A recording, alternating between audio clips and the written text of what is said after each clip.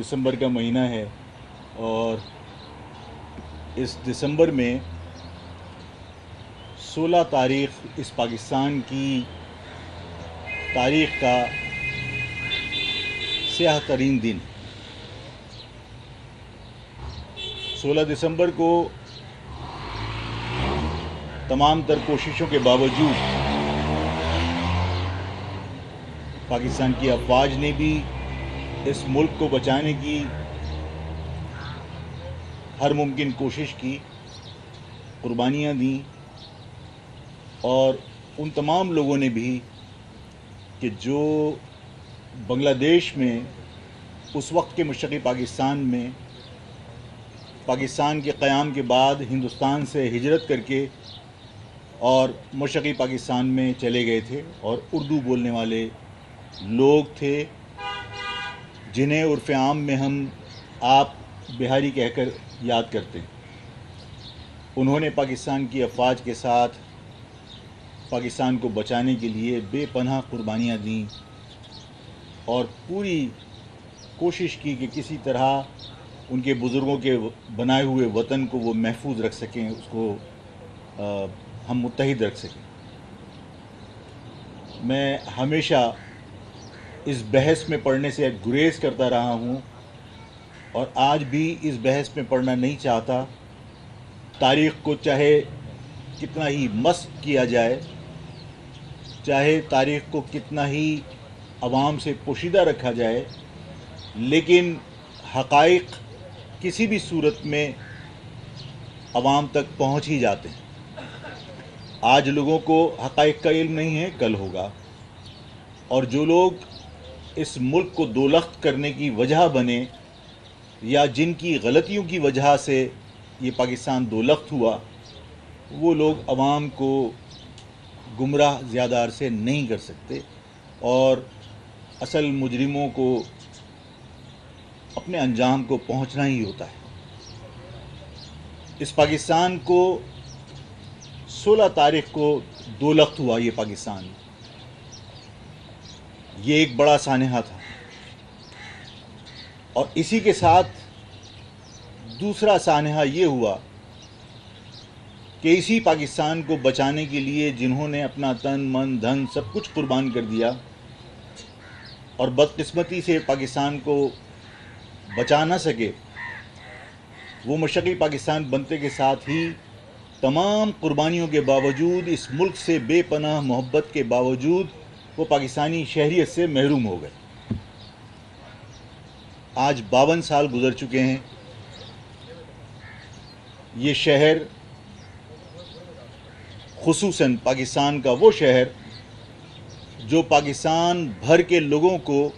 روزگار فراہم کرتا ہے، یہاں رہنے کی سہولتیں فراہم کرتا ہے، یہاں اپنی آغوش میں اس نے کروڑوں لوگوں کو پناہ دی۔ 3.5 کروڑ کے اس شہر میں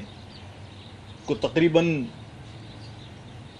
30% سے زیادہ لوگ باہر سے روزگار کے حصول کے لیے یہاں آئے اور یہاں آ کے آباد ہو گئے۔ نہ صرف پاکستان کے شہروں سے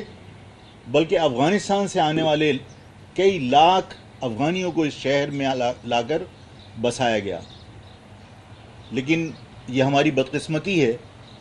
کہ جنہوں نے پاکستان بچانے کے لیے بے پناہ قربانیاں دیں اور پاکستان بچانے کی کوشش میں اپنے جوان، اپنے مرد قربان کر دیے، آج انہی قربانی دینے والے لوگوں کی خواتین، معصوم بچے اور بوڑھے لوگ آج بھی بنگلہ دیش کے ریڈ کراس کے کیمپوں کے اندر بہت ہی قسم و پرسی کی زندگی گزار رہے ہیں۔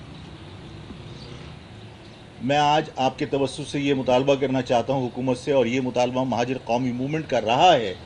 اس کو میں آج صرف دہرا رہا ہوں کہ ان محصورین مشرقی پاکستان کو جو آج بھی بنگلہ دیش میں بنگلہ دیش کی شہریت اختیار کرنے کی بجائے پاکستان کے جھنڈے اپنے کیمپوں پر لگا کر اس امید پر زندہ ہیں کہ پاکستان کے عوام، پاکستان کے حکمراں، پاکستان کی افواج ان کی حب الوطنی کو کبھی تسلیم کر کے پاکستان اپنے لوگوں میں آنے کا ان کو موقع دے گی۔ میں حکومت سے مطالبہ کرتا ہوں، میں پاکستان کی افواج کے سربراہ سے مطالبہ کرتا ہوں کہ فوری طور پر ایسے اقدامات کیے جائیں کہ جو محصورین مشرقی پاکستان ہیں انہیں پاسپورٹ جاری کیا جائے. پاکستان کی معیشت کو بنیاد بنا کر ماضی میں حکومتوں نے ان محصورین مشرقی پاکستان کو یہ مشورہ دیا تھا کہ وہ پاکستان کی شہریت حاصل کرنے کی امید پر یا پاکستان آنے کی امید پر وقت ضائع کرنے کی بجائے بنگلہ دیش کی شہریت اختیار کر لیں. میں حکومت کو اس بات کا یقین دلاتا ہوں کہ افغانی تو اس پاکستان کی معیشت پر بوجھ بنے تھے، باہر سے آنے والے لوگ اس پاکستان کی معیشت پر بوجھ بنے تھے، انہوں نے اس پاکستان کی معیشت کو نقصان پہنچایا تھا. محصورین مشرقی پاکستان جن کا حق ہے پاکستان میں آنا، اگر وہ پاکستان آتے ہیں تو پاکستان کی معیشت پر بوجھ نہیں بنیں گے بلکہ وہ پاکستانی معیشت کو سہارا دیں گے، اس لیے کہ وہ ہاتھ پھیلانے والے لوگ نہیں ہیں، محنت کرنے والے ہنرمند لوگ ہیں. میں مہاجر قومی موومنٹ کے سربراہ کی حیثیت سے اور مہاجر قوم کے ایک فرد کی حیثیت سے حکومت کو اس بات کا یقین دلاتا ہوں کہ کیونکہ پاسپورٹ جاری کرنا مہاجر قومی موومنٹ یا کسی ایک فرد کے بس میں نہیں ہے، حکومت کے اختیار میں ہے. حکومت ان محصورین مشرقی پاکستان کو پاکستانی تسلیم کرے اور ان کے لیے پاسپورٹ جاری کرے، ان کے تمام یہاں لانے کے اور یہاں بسانے کے تمام اخراجات مہاجر قومی موومنٹ انشاءاللہ تعالی برداشت کرے گی. مہاجر قوم جو پاکستان میں کسی ناگہانی مصیبت میں مثالی کردار ادا کرتی رہی ہے، دوسرے لوگوں کی مدد کرتی رہی ہے، وہ اپنے لوگوں کو کسی اور کے رحم و کرم پر نہیں چھوڑے گی. کسی سطح پر بھی، کسی طور پر بھی پاکستان پر انہیں بوجھ نہیں بننے دے گی، بلکہ ان کے تمام یہاں لانے اور یہاں بسانے کے تمام اخراجات مہاجر قوم خود برداشت کرے گی. یہ 16 دسمبر محصورین مشرقی پاکستان اور پاکستان کے 2 لخت ہونے کے علاوہ اور بھی اس کی تاریخ ہے. یہ سیاہ دن اس وجہ سے بھی ہے کہ 16 دسمبر کو APS کے بچوں کا قتل ہوا تھا، بچوں کو شہید کیا گیا تھا، ان کے اساتذہ کو شہید کیا گیا تھا. یہ دہشت گردی کا واقعہ ظاہر ہے پاکستان کی عوام زندگی بھر نہیں بھولیں گے. معصوم بچوں کو اسکول میں دہشت گردی کا نشانہ بنایا گیا، اساتذہ کو ان کے شہید کیا گیا. میں اس واقعے کے اوپر آج پھر اس دکھ کا اظہار کرتا ہوں اور میں یہ سمجھتا ہوں کہ یہ دہشت گردی اور یہ دہشت گردی کا تسلسل کہ ابھی گزشتہ دنوں چند دن پہلے ڈیرہ اسماعیل خان کے اندر دہشت گردی ہوئی اور اس دہشت گردی میں کوئی 27 کے قریب جوان شہید ہوئے. یہ انسانی جانیں قیمتی جانیں ہیں. میں ان کے لواحقین کے ساتھ بھی اپنی ہمدردی کا اور یکجہتی کا اظہار کرتا ہوں اور اس دہشت گردی کی مذمت کرتا ہوں، اور ساتھ میں یہ مطالبہ کروں گا، میں یہ سمجھتا ہوں میری پارٹی کا موقف رہا ہے کہ دہشت گردوں سے مذاکرات نے، بار بار کے مذاکرات نے، ہم یہ دیکھتے رہیں کہ حکومت نے اور ہمارے قانون نافذ کرنے والے اداروں نے متعدد بار دہشت گردوں سے مذاکرات کیے ہیں. شاید ان کے ذہن میں یہ ہو کہ مذاکرات سے ان کو راہ راست پر لایا جا سکتا ہے، لیکن میں سمجھتا ہوں دہشت گردوں کی نہ کوئی قوم ہوتی ہے، نہ کوئی ملک ہوتا ہے، نہ کوئی مذہب ہوتا ہے. دہشت گردوں کی ایک سوچ ہے اور ظاہر ہے اس سوچ کو ہمیں مذاکرات کے ذریعے ہم ختم نہیں کر سکتے. دہشت گردوں سے مذاکرات سے دہشت گردوں کو سنبھلنے کا، پنپنے کا اور پھلنے پھولنے کا ان کی سوچ کو موقع ملا ہے. اور یہ جو چند دن پہلے ڈیرہ اسماعیل خان میں جو دہشت گردی کا واقعہ ہوا، یہ بھی اسی دہشت گردی کا تسلسل ہے. میں پاکستان کے افواج کے سربراہ جنرل عاصم منیر صاحب نے جو اقدام اٹھائے ہیں پاکستان کی سرحدوں کو محفوظ بنانے کے لیے اور دہشت گردی کے خاتمے کے لیے، جو انہوں نے جس عزم کا اظہار کیا ہے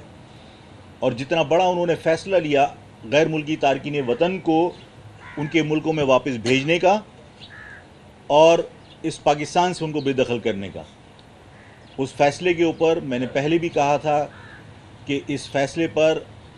پوری پاکستان کی عوام، مہاجر قوم آرمی چیف کے اس فیصلے کے ساتھ آرمی چیف کی پشت پر کھڑی ہے، اس لیے کہ ہم سرحدوں کو محفوظ دیکھنا چاہتے ہیں، ہم پاکستان کو دہشت گردوں سے، دہشت گردی سے آزاد دیکھنا چاہتے ہیں،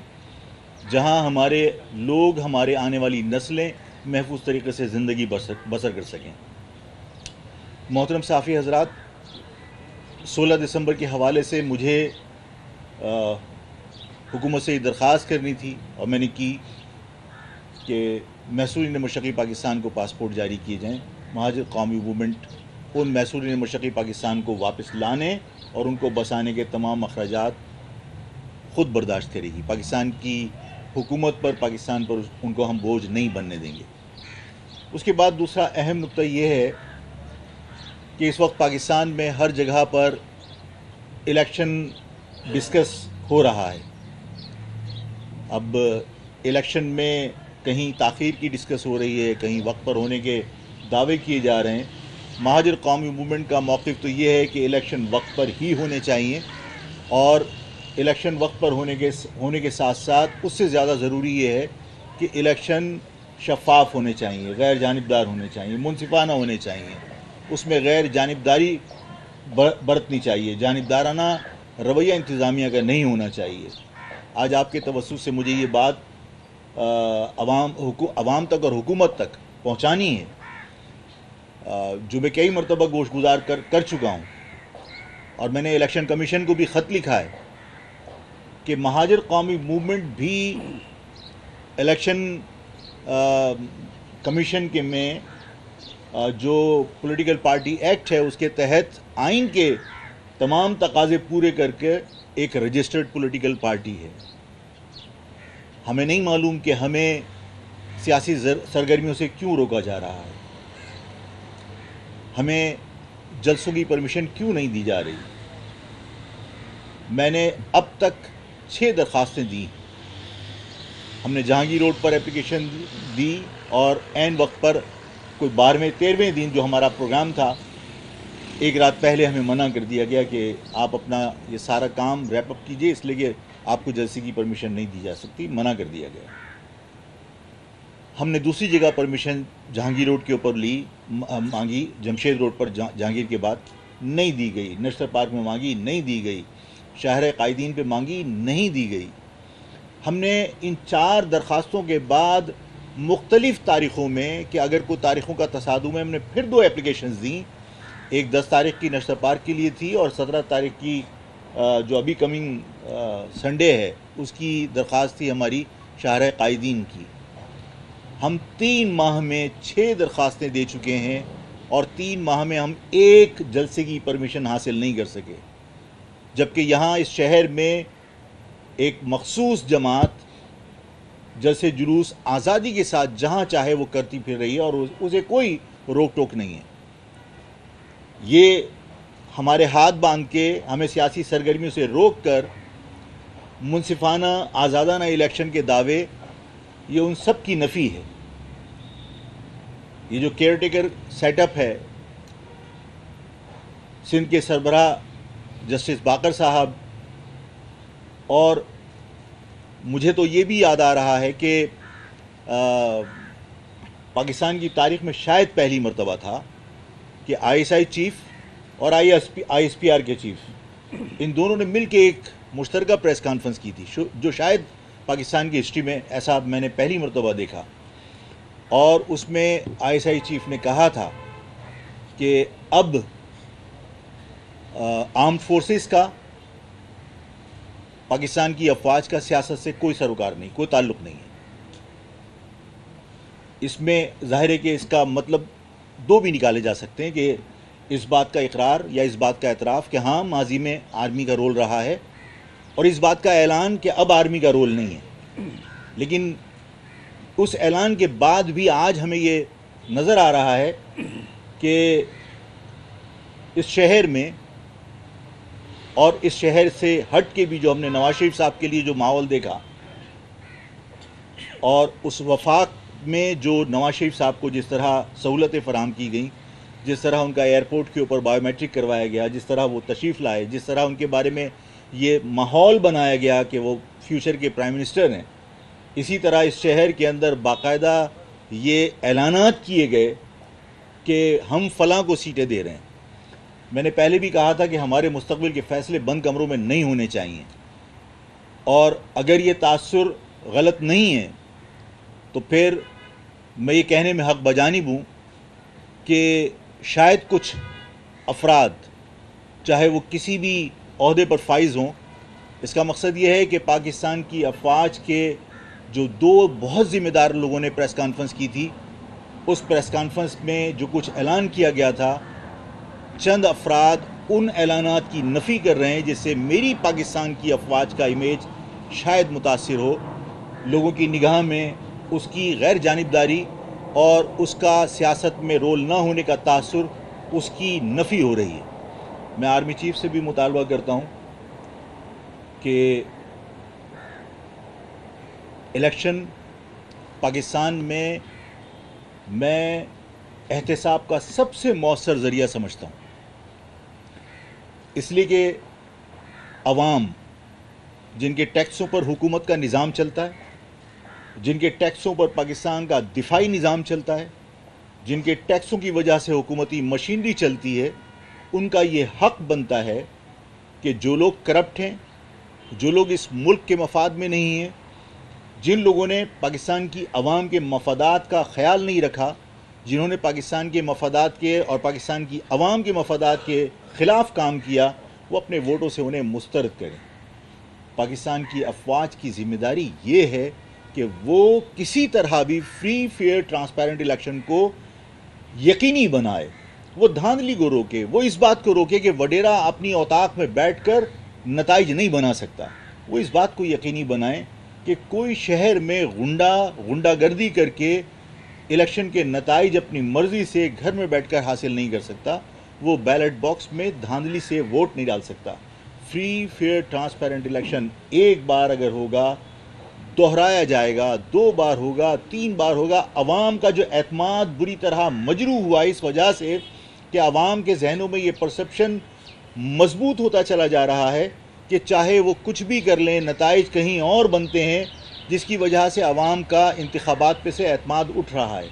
اگر یہ اعتماد ہم نے بحال کر دیا، اگر ہم نے فری الیکشن کروا دیے، فیئر الیکشن کروا دیے، شفاف الیکشن کروا دیے، تو اس کا نتیجہ یہ نکلے گا کہ عوام کا ووٹ کسی وڈیرے، کسی کرپٹ، کسی جاگیردار، کسی غاصب کو دوبارہ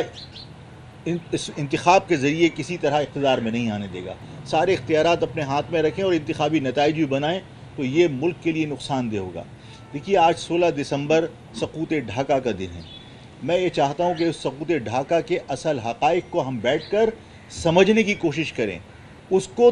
ہم حقائق کو تسلیم کریں، اور حقائق کو تسلیم کر کے ہم اس پاکستان کو مضبوط کرنے کے لیے ان غلطیوں کا ازالہ کریں، ان غلطیوں سے سیکھ کر ان غلطیوں کو دہرانے کی بجائے ہم ایسے اقدامات کریں جس سے یہ پاکستان مضبوط ہو، پاکستان میں جمہوریت مضبوط ہو۔ ہم فیصلے کر کے یہ تاثر دے رہے ہوتے ہیں کہ یہ پاکستان کے 22 کروڑ عوام حقیر ہیں، پاکستان کے 22 کروڑ عوام کے ووٹ کی کوئی قدر و قیمت نہیں ہے، جو فیصلہ بند کمروں میں ہو گیا وہی فیصلہ ہے۔ یہ فیصلے نہیں ہونے چاہیے۔ میں مطالبہ کرتا ہوں کہ پاکستان کے اندر ہم بھی ایک رجسٹرڈ پولیٹیکل پارٹی ہیں، پاکستان کے آئین کے تمام تقاضوں کو پورا کر کے مہاجر قومی موومنٹ رجسٹرڈ ہوئی ہے۔ مہاجر لفظ گناہ نہیں ہے، مہاجر لفظ آئین کے خلاف نہیں ہے۔ اگر آئین کے خلاف ہوتا تو پاکستان کی اس پولیٹیکل پارٹی ایکٹ کے تحت ہمیں رجسٹرڈ نہیں کیا جاتا۔ ہمیں الیکشن لڑنے کے اتنے ہی مواقع ملنے چاہیے جتنے باقی پارٹیوں کو ملیں۔ ہمارے ساتھ جو جانبدارانہ رویہ ہے، جو ہمیں سیاسی جلسے کرنے کی پابندی ہم پر لگائی گئی ہے، جس طرح دباؤ ہے آپ کے میڈیا کے اوپر، اور جس طرح پرنٹ اور الیکٹرانک دونوں میڈیا کے اوپر جس طرح دباؤ ہے اور ان کو پابند کیا جاتا ہے کہ فلاں کی کوریج ہوگی اور فلاں کی نہیں ہوگی، یہ پابندیاں، یہ بندشیں ختم ہونی چاہیے۔ تحریر تقریر کا موقع، آزادی سب کو ملنی چاہیے۔ میرا موقف عوام کو پسند آئے گا تو میرے موقف کی حمایت کریں گے، میرا موقف غلط ہوگا عوام مسترد کر دیں گے۔ عوام کے اوپر فیصلہ چھوڑنا چاہیے۔ میرے پروگرامز کو کور نہ کرنے کے لیے دباؤ ڈالا جاتا ہے۔ ابھی فیڈرل بیریا کا پروگرام ہوا، ظاہر ہے کہ میرے لیے ایک بہت کیا کہتے ہیں اس کو، ایک بہت اچھی مجھے تبدیلی محسوس ہوئی کہ فیڈرل بیریا کے لوگ بڑی مطلب دلچسپی کے ساتھ اس پروگرام میں شریک ہوئے. ویل ڈسپلنڈ پروگرام تھا، بہت اچھا کراؤڈ تھا، لیکن کسی جگہ پر اس کی کوریج نہیں ہوئی، صرف اس لیے کہ جب میں لوگوں سے فون کر کے پوچھتا ہوں تو لوگ کہتے ہیں کہ ہمیں اوپر سے سختی کے ساتھ منع کیا گیا ہے. تو میرا خیال ہے کہ یہ سب بندشیں ختم ہونی چاہیے، یہ جمہوری روایت کے خلاف ہے. اور میں شکوہ مالکان سے اس لیے نہیں کرتا کہ میں مالکان سے مل کر یہ سن چکا ہوں کہ یہ ہماری انویسٹمنٹ، ہمارا بزنس ہے، ہم ظاہر ہے کہ اس بزنس کو داؤ پہ نہیں لگا سکتے، اور وہ دھمکیاں ان کے پاس موجود ہیں. اور ظاہر ہے کہ جو چھوٹے چینلز ہیں وہ تو یہ دباؤ برداشت نہیں کر سکتے. تو میں ان سے کوئی شکوہ نہیں کرتا، لیکن حکومت سے موجودہ جو پروونشل گورنمنٹ ہے، جو جسٹس باقر صاحب ہیں، جن کا بڑا اچھا امیج ہے، جو بڑا منصف رہے ہیں، ان کا بے داغ ماضی رہا ہے عدلیہ کے حوالے سے، میں ان سے درخواست کرتا ہوں کہ وہ اس صوبے کے سربراہ ہیں. ایک پولیٹیکل پارٹی کو دیوار سے لگایا جا رہا ہے، ایک پولیٹیکل پارٹی کو سیاسی سرگرمیاں کرنے کی اجازت نہیں ہے، اور کسی پارٹی کو زبردستی سپورٹ کر کے اور اس کو الیکشن کے نتائج اس کے بنانے کے اعلانات کیے جا رہے ہیں. یہ سارے اقدامات کا نوٹس لیں اور ہمیں بھی سیاسی سرگرمیاں کرنے کی آزادی دلوائیے. اور آرمی چیف سے بھی میں درخواست کروں گا کہ وہ مداخلت کریں. آرمی چیف نے جو بھی اب تک اقدامات کیے ہیں، لوگ ان اقدامات کو سراہتے ہیں. انہوں نے اس پاکستان کی معیشت کو بہتر کرنے کے لیے جو اقدامات کیے، لوگوں نے اس کو سراہا ہے. انہوں نے پاکستان کے بارڈرز کو محفوظ کرنے کے لیے جو اقدامات کیے، لوگوں نے اس کو سراہا ہے. انہوں نے دہشت گردی کے خاتمے کے لیے جو غیر ملکی تارکین وطن کو نکالنے کا بڑا فیصلہ کیا، لوگوں نے اس کو بہت سراہا ہے. تو پاکستان کی عوام پاکستان کے آرمی چیف سے بہت امیدیں وابستہ کر کے بیٹھی ہے. پاکستان کے اندر یہ جو جس طرح آئی ایس آئی چیف نے آئی ایس پی آر کے چیف کے ساتھ پریس کانفرنس کی تھی اور جو اعلان کیا تھا، میں چاہتا ہوں کہ اس اعلان کا پاس رکھا جائے اور پاکستان کے اندر سیاسی آزادی ہونی چاہیے اور فیئر الیکشن کے لیے ٹھوس اقدامات کیے جائیں کہ کل کوئی انگلی پاک افواج کی طرف نہ اٹھے. پاکستان کی افواج کا جو اس وقت بہتر امیج عوام میں بنا ہے، پاکستان کی عوام ان کے فیصلوں کی جس طرح سپورٹ کر رہی ہے، جس طرح اس کی انہوں نے قدر کی نگاہ سے دیکھا ہے اور اس کی تعریف کی ہے، میں یہ چاہتا ہوں کہ اس جو اپریسیشن ہے اس میں اضافہ ہونا چاہیے. اور وہ اسی صورت میں ممکن ہے کہ پاکستان کے جو فوجی سربراہ ہیں، جو نچلی سطح پر سیاست میں مداخلت ہے، اس کا نوٹس لیں اور ان سب چیزوں کو روکا جائے، بند کیا جائے. میں آپ لوگوں کے ذریعے ایک بات آج اور کہنا چاہتا ہوں. یہ میرا شہر 3.5 کروڑ لوگوں کا شہر ہے، اور اس شہر میں لوکل گورنمنٹ کا ایک نظام ہے. اس لوکل گورنمنٹ کے نظام میں بہت سارے ٹیکسیز ہیں جو وہ وصول کرتے رہے ہیں، اسی سے بجٹ بنتا رہا ہے. اور دوسرا، پروونشل گورنمنٹ ظاہر اس کو پیسے دیتی رہی ہے لوکل گورنمنٹ کو، اس کا حق بنتا ہے، اس لیے کہ اس شہر کا انفراسٹرکچر پورا صوبے کا 50% جو لوگ ہیں اور یہاں پر جو مشینری ہے وہ اس شہر کا انفراسٹرکچر یوز کرتے ہیں. تو اگر پروونشل گورنمنٹ لوکل گورنمنٹ کو یہاں کے انفراسٹرکچر کو بہتر کرنے کے لیے پیسے دیتی ہے، اس کا حق بنتا ہے.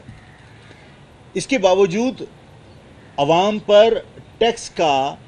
جو جابرانہ طریقہ مسلط کرنے کی کوشش کی گئی ہے، میں اس کی حمایت نہیں کرتا. لوکل گورنمنٹ کے اجلاس میں ایک ریزولوشن پاس کی گئی کہ کے ایم سی اپنا ٹیکس کے الیکٹرک کے بل کے ساتھ وصول کرے گی. کے الیکٹرک تو خود ایک غنڈہ ادارہ ہے جو عوام کے اوپر ایکسس بلنگ بھیجنے کے بعد کوئی پوچھنے والا نہیں ہے. لوگ اپنے معصوم بچوں کو گرمی میں بلکتا ہوا نہیں دیکھ سکتے، جس کی وجہ سے اس کی بلیک میلنگ اور اس کی غنڈہ گردی کے باوجود وہ بجلی کا بل دینے پر مجبور ہیں. وہ ایکسس بلنگ کے اوپر صبر کرنے کے علاوہ کچھ نہیں کر سکتے، اس لیے کہ پاکستان کی حکومت نے اس کے الیکٹرک کو اس کراچی شہر کے لوگوں پر ایک عذاب کی طرح مسلط کر دیا ہے. یہاں پر کوئی اس کا کمپیٹیٹر نہیں ہے. آپ کسی کمپیٹیٹر کو آنے نہیں دیتے, آپ کوئی اجازت نہیں دیتے.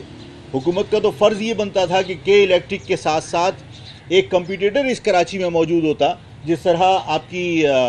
جو ٹیلی فون کی ٹیکنالوجی کے اندر ڈفرینٹ ٹیلی فون کے کمپنیاں ہیں کہ بھئی آپ کو ٹیلی نور نہیں چاہیے, آپ جیز خرید لیجئے, جیز نہیں چاہیے, آپ کسی اور کی کمپنی سے آپ سم لے لیجئے, جہاں سے آپ کو بہتر پیکیج ملے گا وہاں سے لیں گے. ہمیں اسی طرح کراچی کے اندر کے الیکٹرک کا کمپیٹیٹر چاہیے تھا. کمپیٹیٹر دینے کی بجائے کے الیکٹرک کی غنڈہ گردی کو تسلیم کرتے ہوئے کے الیکٹرک کو ایک غنڈے کے طور پر کہ کے ایم سی اپنی پرفارمنس کی بنیاد پر عوام سے ٹیکس لینے کے پوزیشن میں نہیں ہے.